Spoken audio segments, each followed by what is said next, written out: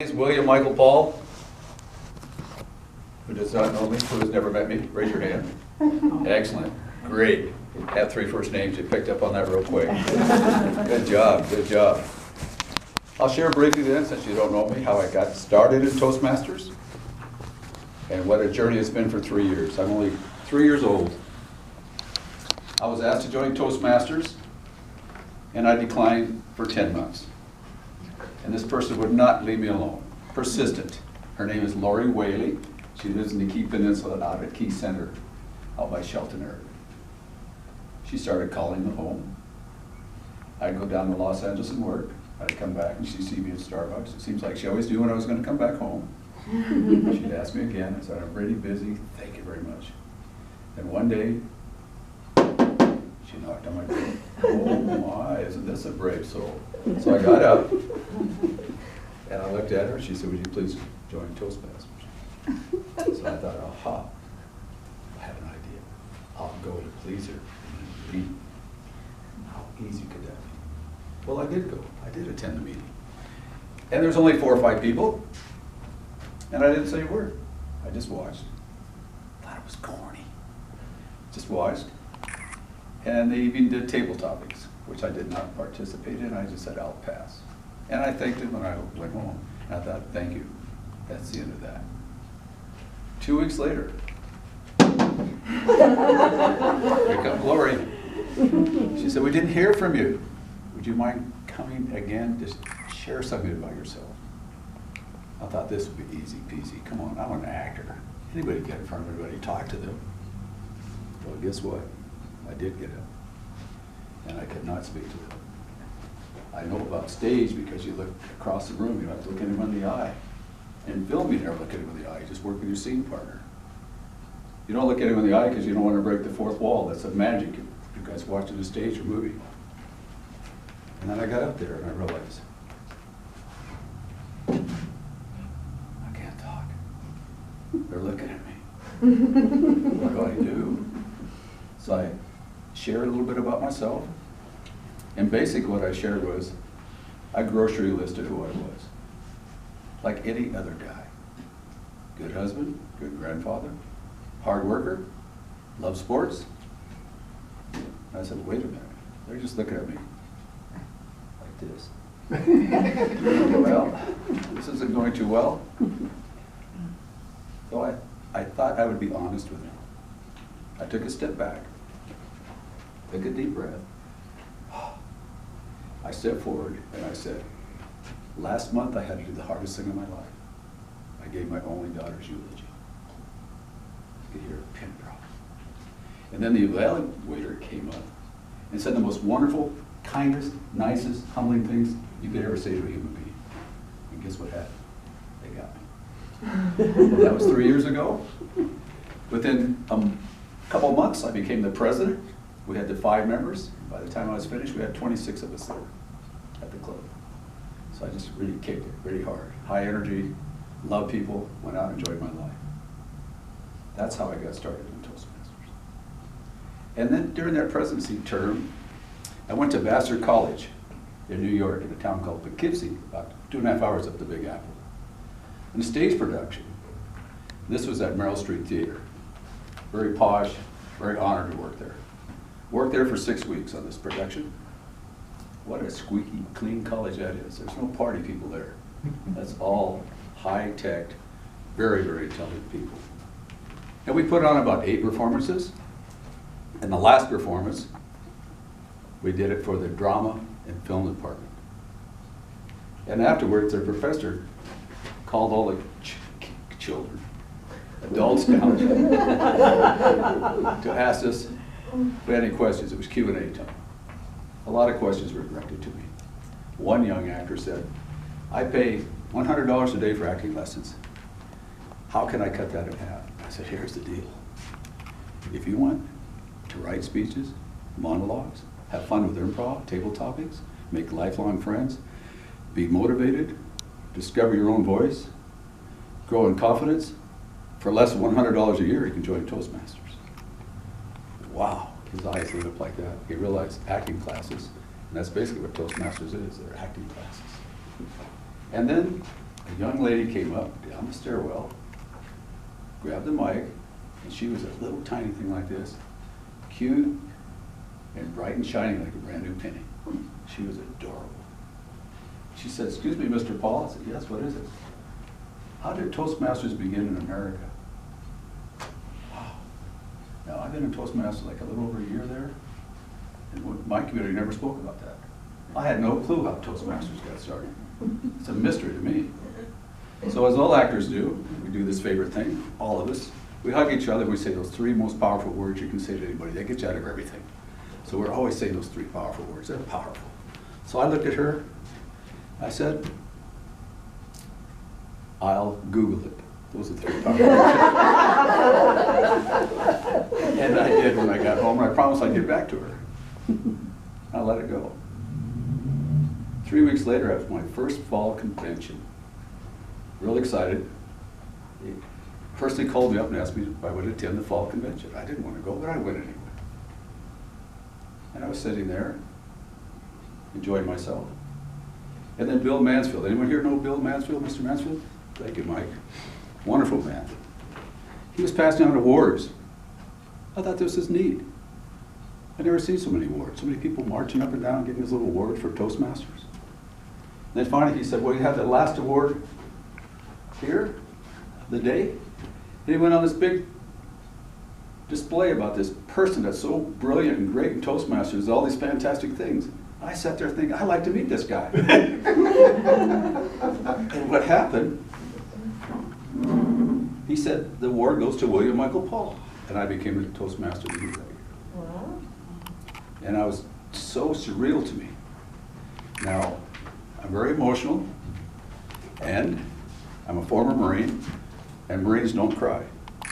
But I want to let you know, when I sat down, I started sweating around the eyes. Yes. And just as I was getting comfortable accepting the award, Mary Morrison, who was the district governor at that time, she mentioned this word. "Let's talk about the Smedley report." Everybody laughed. I didn't know what Smedley was. What's that, a cartoon? Then I thought, I know what it is. It's all those people that pay their dues and don't go to meetings. Yeah, or people that sign up for speeches and never give them. Those are Smedleys to me. That's my head's thinking. So I turned to the person next to me and I said, "What's a Smedley thing?" I had no idea. So I turned to this lady, her name's Margaret. I said, "What's this thing?" "Oh, that's a CEO in Los Angeles area, runs this stuff." "Really? Well, how did this thing get started?" She goes, "I don't know." So we had a break. And I went around several members throughout the convention to ask, "How did Toastmasters begin in America?" You're going to be surprised by this. Nobody knew.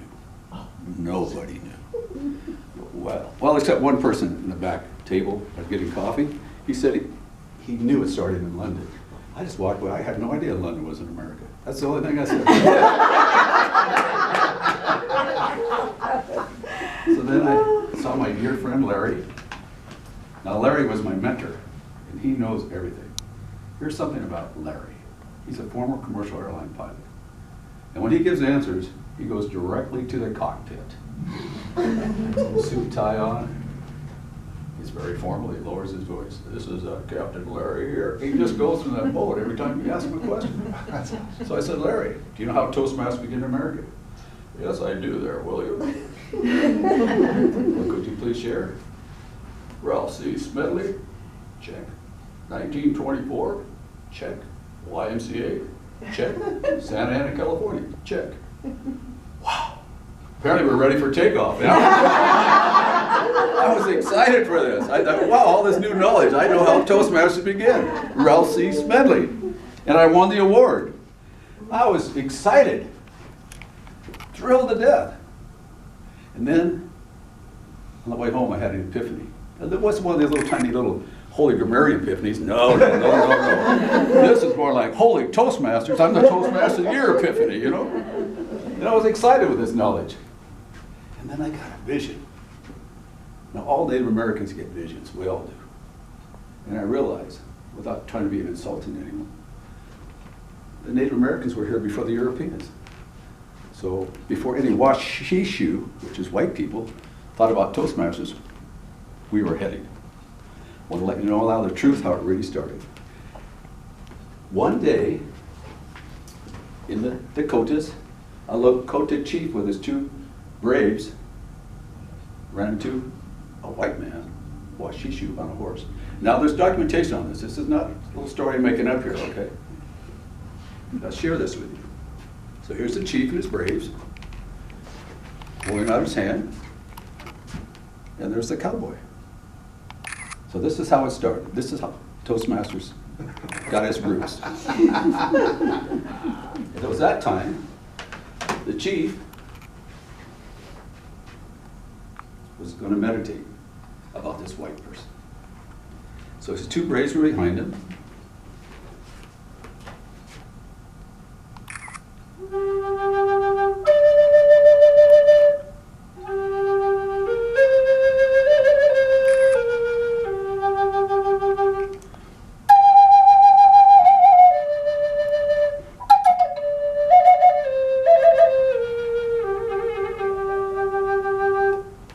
He looked at the white man, he went like this.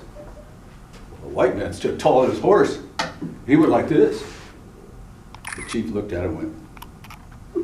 The white man went. Oh. The chief smiled. He went like this.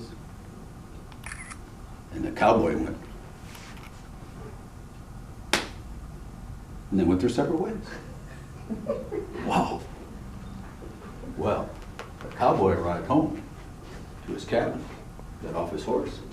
He went inside and said, "Ma, I met me there one of those Indians out on the trail, and we spoke some of that old sign language, you know. What do you think about that, Ma?" And she said, "That's really nice, dear." "Well, he told me to stop. I stood tall in the saddle. I told him, 'No, you stop.' Then he said he was going to kill me. I said, 'Oh yeah, I'm going to kill you twice.' And he just looked at me a long time, and he said he was Dakota. He was going back to his teepee. And I said, 'Good, you get right on out of here. You hit?'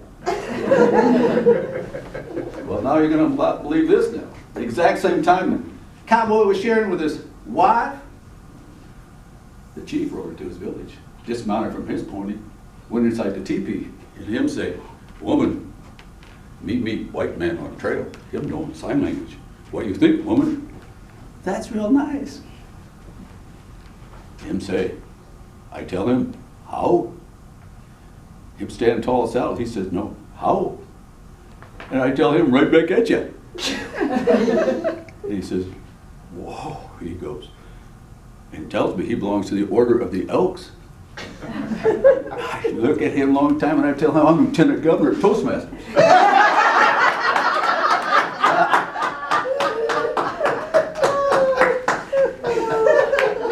And he said, "Where do I sign up at?"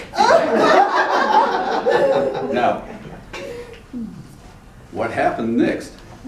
The Lakota Nation adopted the cowboy. And they changed his name to Ralph C. Smedley. Now, Smedley, translated loosely in Lakota, means man who need an ox counter. So Chief Breakamice and Cowboy Smedley rode off into the sunset to Enumclaw's open house. Now you know how Toastmasters really began in America. That's right.